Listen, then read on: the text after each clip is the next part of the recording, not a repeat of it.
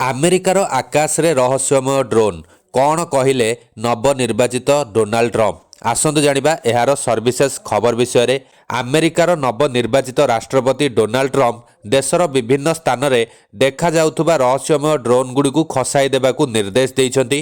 ଏହି ରହସ୍ୟମୟ ଡ୍ରୋନ୍ ପ୍ରଥମେ ନ୍ୟୁ ଜର୍ସିରେ ଦେଖିବାକୁ ମିଳିଥିଲା, କିନ୍ତୁ ସେବେଠାରୁ ଅନ୍ୟ ସ୍ଥାନରେ ମଧ୍ୟ ଏଭଳି ଡ୍ରୋନ୍ ଦେଖିବାକୁ ମିଳିଛି। ଯଦିଓ ଆମେରିକା ସରକାର ଏବଂ ହ୍ୱାଇଟ୍ ହାଉସ୍ ଏପର୍ଯ୍ୟନ୍ତ କହି ଆସୁଛନ୍ତି ଯେ ସେମାନେ ଜାତୀୟ ନିରାପତ୍ତା ପ୍ରତି କୌଣସି ବିପଦ ନାହିଁ ଏବଂ ଏଥିରେ କୌଣସି ବିଦେଶୀ ହାତ ଥିବା ପ୍ରମାଣ ନାହିଁ, ତଥାପି ଏହି ରହସ୍ୟମୟ ଡ୍ରୋନ୍ ଦେଖାଯିବା ଚର୍ଚ୍ଚାର ବିଷୟ ହୋଇଛି। ସେହିପରି ଆମେରିକାର ହୋମଲ୍ୟାଣ୍ଡ ସୁରକ୍ଷା ସଚିବ ଆଲେଜାଣ୍ଡ୍ରୋ ମାୟକର୍ସ କହିଛନ୍ତି ଯେ ଉଡ଼ୁଥିବା ଡ୍ରୋନ୍ଗୁଡ଼ିକ କୌଣସି ବିପଦ ସୃଷ୍ଟି କରୁନାହାନ୍ତି।